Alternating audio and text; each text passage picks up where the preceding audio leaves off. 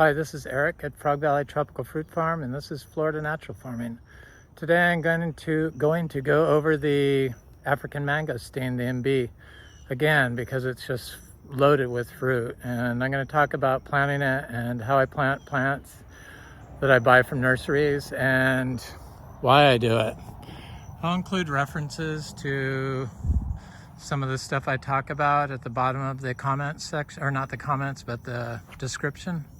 So I planted, there's a hermaphrodite Imbe tree right here, a bisexual tree, and I have not given it a daily manure input. And this particular tree wanted to set fruit in the middle of summer, and when it's hot, none of the fruit sets. So it just kept putting out fruit after fruit after fruit after fruit, hundreds of fruit, probably 1,000 fruit. And it all dropped off when it got about pea size, just because of the heat. So here's a seedling. I direct sow Garcinias, including Imbe. I believe it's the best way to plant Garcinias, probably all trees. That's one I planted in May, and it's already 4 or 5 inches tall. I'm gonna go look at other plants I planted and work my way over to the large fruited Imbe tree, the African mangosteen, Garcinia livingstonei. So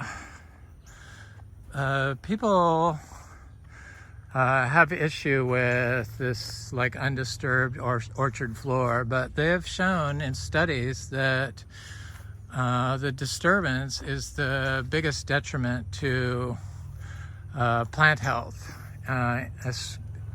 and soil health. And so I stay off of it, and I leave all the living roots, and all the living roots excrete sugars, and the rhizosphere of each one of these plants contains like so many microorganisms. I mean, that's where the microorganisms congregate. So when you have something that's this vibrant and diverse, you know that you have a good source of microorganisms available, so that when you plant your trees, like this Imbe, this is a male tree, and this is another hermaphrodite tree. Neither one of them have I put manure next to, but I'm going to do next to this hermaphrodite tree this year, as soon as I'm done getting my mangoes all done. So when you have this, and you don't disturb, like you don't dig a huge hole, like you just I plant my seedlings when I grow them like this small into this. I just put the shovel down, push it forward, drop them in, and tap it back down, and don't water them. And I don't follow anybody's rules of plant during rainy season or plant during summer or anything like that. I just, when they're 2 inches tall and I have them, I put them in the ground, drought or not. And it's been shown that plants communicate and signal to microorganisms in the soil, from their rhizosphere, from their root zone, during times of drought, significantly more, and drought supporting microorganisms. So all these trees, giant trees, are all full of water. The biotic pumps is what they are. So there's plenty of water in this system, even during times of drought. And I don't think I've ever had a plant die from drought stress, even though we've had some severe droughts here, which I don't even stress over anymore because nothing ever dies. Yeah, stuff will slow down growth, but except when I have removed all the weeds from around the tree, like all this stuff, and then try to dry farm. So we don't, because when you do that, you're taking all the microorganisms and the water that's in the rhizosphere of all these little plants, because that's water, 8 times its weight in water in the soil, and it's carbon in the soil, and they're excreting sugars into the soil that attract microbiology, plant enabling microbiology. So rather than remove the plants from around the tree or the base of the tree or cover them with mulch, I leave them, and it's guaranteed to survive, the plant. The mulch doesn't put the carbon into the soil, and the mulch doesn't create, it attracts saprophytic microbiology, not rhizosphere, plant root microbiology. So it's 2 to 13 times better than mulch is the living root system like this. And if you have a monocrop of this, sure, that's better than mulch, but it's not as good as a biodiverse system. You can't really tell the health of your system unless you see what's growing in it on its own. And if you've like created a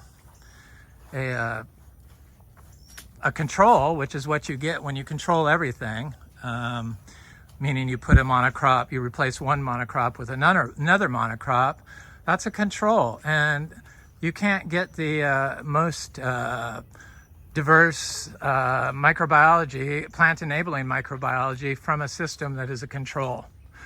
It's just impossible to outperform what nature can provide. Look at all the fruit on this cacao. This is seed-grown, dry farm cacao. We dry farm everything. We do not water plants when we plant them, and they never die. They just don't.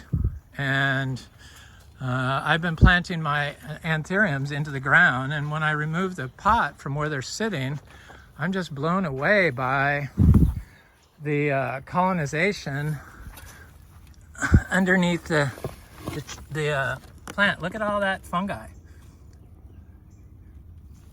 The pot's been sitting there, so it's just covered with fungi, just a solid mat of fungi to capture the nutrients and the water that comes out of the whole of the plant. I don't water them because of that mycelium, that fungi that's there. It's just a really amazing system that nature has perfected, and we've just totally forgotten about in Florida, or just completely ignore and kill.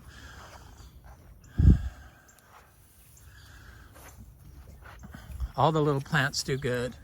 Little cacao, little gloriosum, this waterburyonum, anthurium, more gloriosum. They just all thrive here. And when I buy nursery plants from this, because I buy them periodically, I bought this little keppel tree over here because right there, that's a keppel tree, and I planted it right next to this. I know that the keppel tree is going to survive because all the support plants around it, especially the bananas, which are high in potassium and full of water. So they're biotic pumps for water. So there's a water source that the fungi can tap into that can feed the plant you plant near it and get it water. Because in order to feed it, it has to do it with water. So it's a water, nutrient, biology, because it's bacteria and probably other microbiology inside the flow of water inside the plant. Endophytic fungi, just everything. So here's a coffee tree, and there's a little cacao. And trees do not compete for resources. What does compete for resources is disturbance. So when you dig a big hole and you remove all the plants, and then you buy a plant like this durian tree that I bought from a nursery, and then you take it out of the pot and you just put it in the hole without disturbing the root ball of the plant. First of all, it's going to be full of pollutants. The plastic grown nursery plant is going to be, the root zone of this plant would have been full of macroplastic covered on the roots and on its rhizosphere. And that's what you get when you grow in plastic pots. So what I do is I throw that soil away. If it doesn't come off easily, I soak the plant in rainwater for as long as it takes until I could lift it out and all the stuff falls off. And then I give it a good rinse, and I take my shovel, poke it in the ground. I hate to walk on anything here because it is sand. It's very easily disturbed, and when you walk on this, you can tell that it hasn't been walked on. It just squishes down like 4 inches. So I hate to do it, but I have to do it to plant plants and plant seeds, and so that's what I do. There's a little cacao next to it. I shove the shovel in, I push it forward, I put the plant level with the, you know, where the soil was before, and then I gently close the hole and walk away. That's all I do. I used to put manure into the hole and mix it up, not a lot, a little bit, but I believe that that interferes with the plant's ability to communicate with the other roots, because that's what they do. It's root-to-root communication also, not just root to biology, but it's root-to-root communication. And when you cut those roots, when you put the shovel in, it excretes secondary metabolites into the soil. So it turns into a like a super microbiological zone where you're planting it just because you cut the roots there. But most people would remove all the soil, dig a big hole like 2 or 3 times the size of the plant root zone, and then mix it with some compost and other things. Well, you're slowing the plant's ability to communicate with the microbiology that's already in the soil. And then some people just, they, you know, if you live in a dry area, I understand the mulch thing, but mulch is not a replacement for biology from the root zone. Because those plants that your roots cut the roots when you put the shovel in also are excreting water. So I have never, like I said, had any plant die from putting the, not watering it in here. These philodendrons are just amazing. Get looking really nice. It's been so freaking wet here. Everyone has standing water but us. And it's because of our soil, our super soil that I built over the 8 years we've been here. It's 8 years on the 30th of October that we've been here. There's a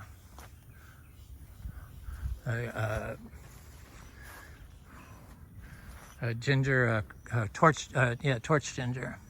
So here's some of my cuttings of the aroids. I think that's soderoy. Hello, little bunny.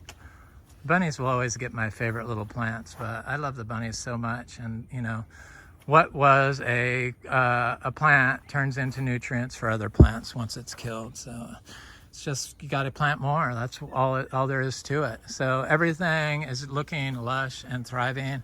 I'm going to work my way over to the African mangosteen. I think you understand the importance of the living root in the soil, and the importance of plants and bananas in particular, and fresh manure inputs, which are high in potassium, to buffer freeze, because a lot of people struggle with cold damage in zone 10A and 9B here in Florida, and in California especially.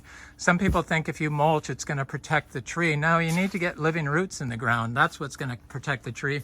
And then apply some manure inputs around it, preferably clean zebu manure. I found to be the best. This egg fruit is getting very close. I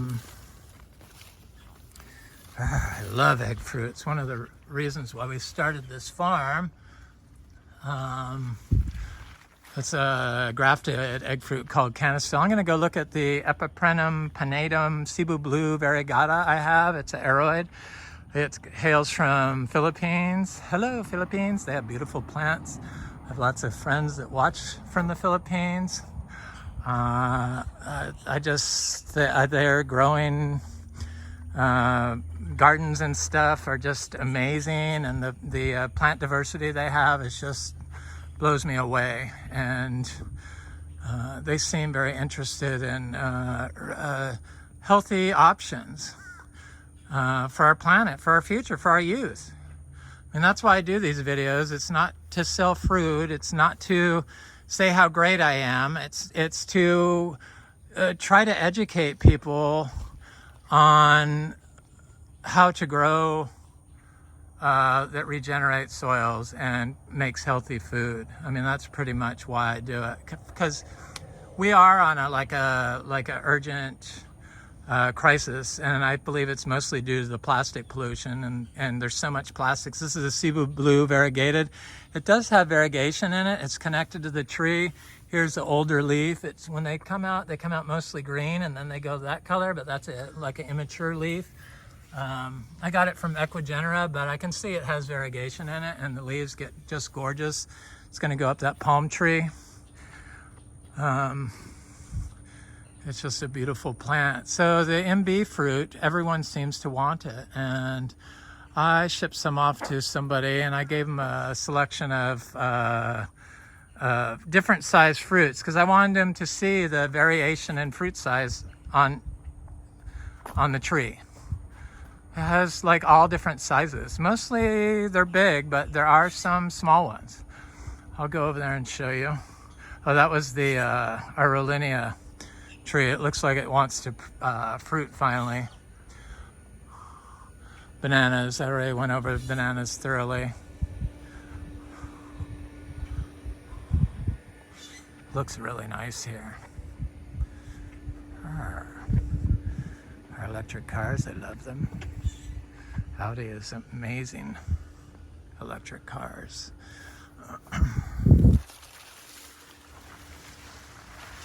So I should talk a little bit about the kwai muck, because I kind of blew over it last time I was here. It has been in the past my favorite fruit, but I noticed that the kwai muck, when it's heavily raining, it really doesn't set a lot of fruit, or it seems to prefer slightly dry conditions to set fruit and hold fruit. But I'm sure this tree is going to produce a lot of fruit this year. I've been saying that for the last 2 years, but you know, it's going to do it. We got some fruit off of it for the last 3 years, but this past year we only got 2, but it was so wet, it dropped most of the fruit during the rainy season. And people get just offended by this kind of stuff, like they're not doing their job by not cutting it up.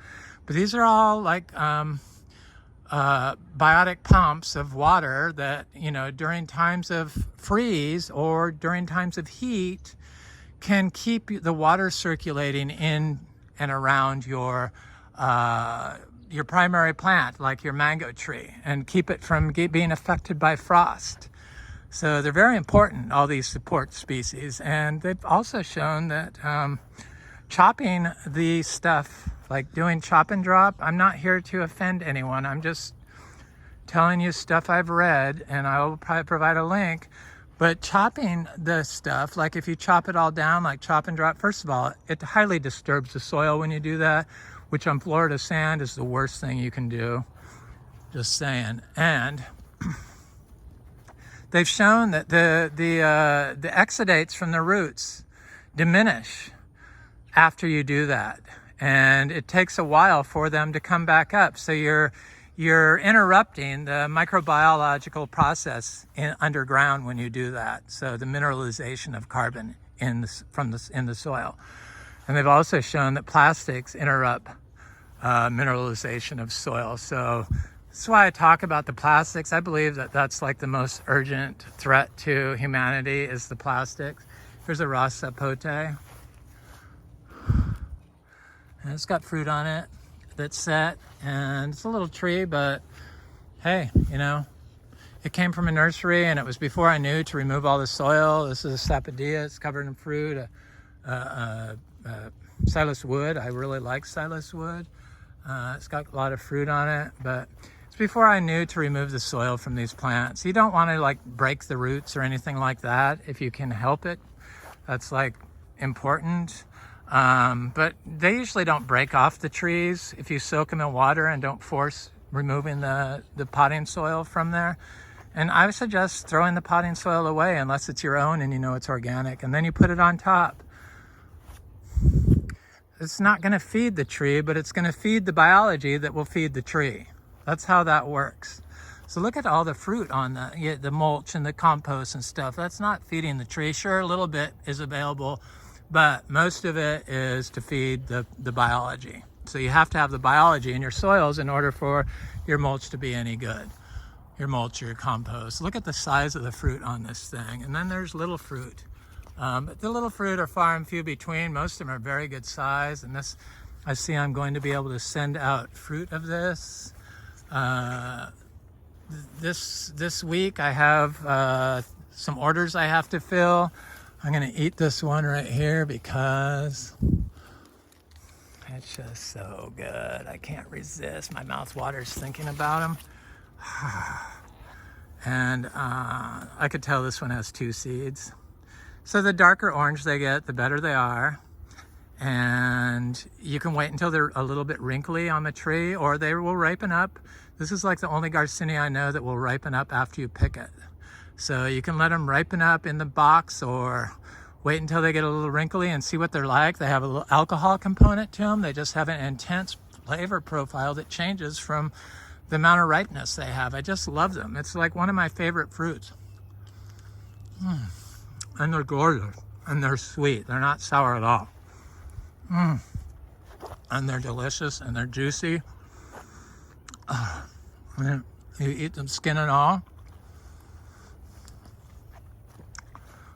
I'm gonna go over to I have a Priestley Adamoya that I forgot to show that has fruit on it. And I'm gonna go over to that, looking at, and then wind this video up. There's a santal tree. There's a santal tree. They're like 20 feet tall.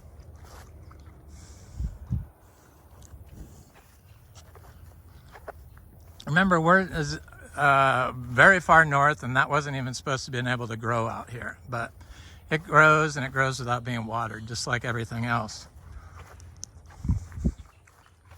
Lychees. This fruit is so good. Really. So I sell them for $4 each. I have shipped them. I will ship them. You can't order like 2 of them. You got to order like 5 of them minimum. And shipping's usually $10.20. So that's like $30.10 for 5 fruit. But I know that the seed sellers sell the seeds for $5 each. There's no guaranteed on the fruit, and there's no guarantee on the seeds, but I have been told that all our seeds pretty much germinate of these. So that's how that works. If you don't like the fruit, it's not my problem. And also, if you pay via PayPal, which is how I do it, only pay the amount of the invoice. Please do not pay extra money. I know a lot of you, I'm old school. I like to earn my money the honest way. I don't expect to get handouts from anyone. That's just how I was raised. I just am confused by all this GoFundMe stuff for every other person on the planet. And some people I'm sure deserve it, but I personally would be too embarrassed to do that. So I don't want anybody sending me money that I didn't earn through the sale of my fruit. It's a nice gesture, but I'm too honest for my own good, and I have to say where that came from, and then I have to pay taxes on it. So I wouldn't lie and say it was for fruit when it wasn't, after I'd given the fruit or sold the fruit for a certain price.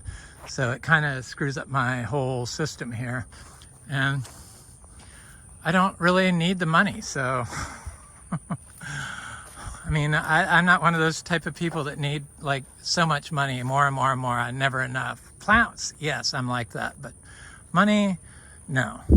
I'm content.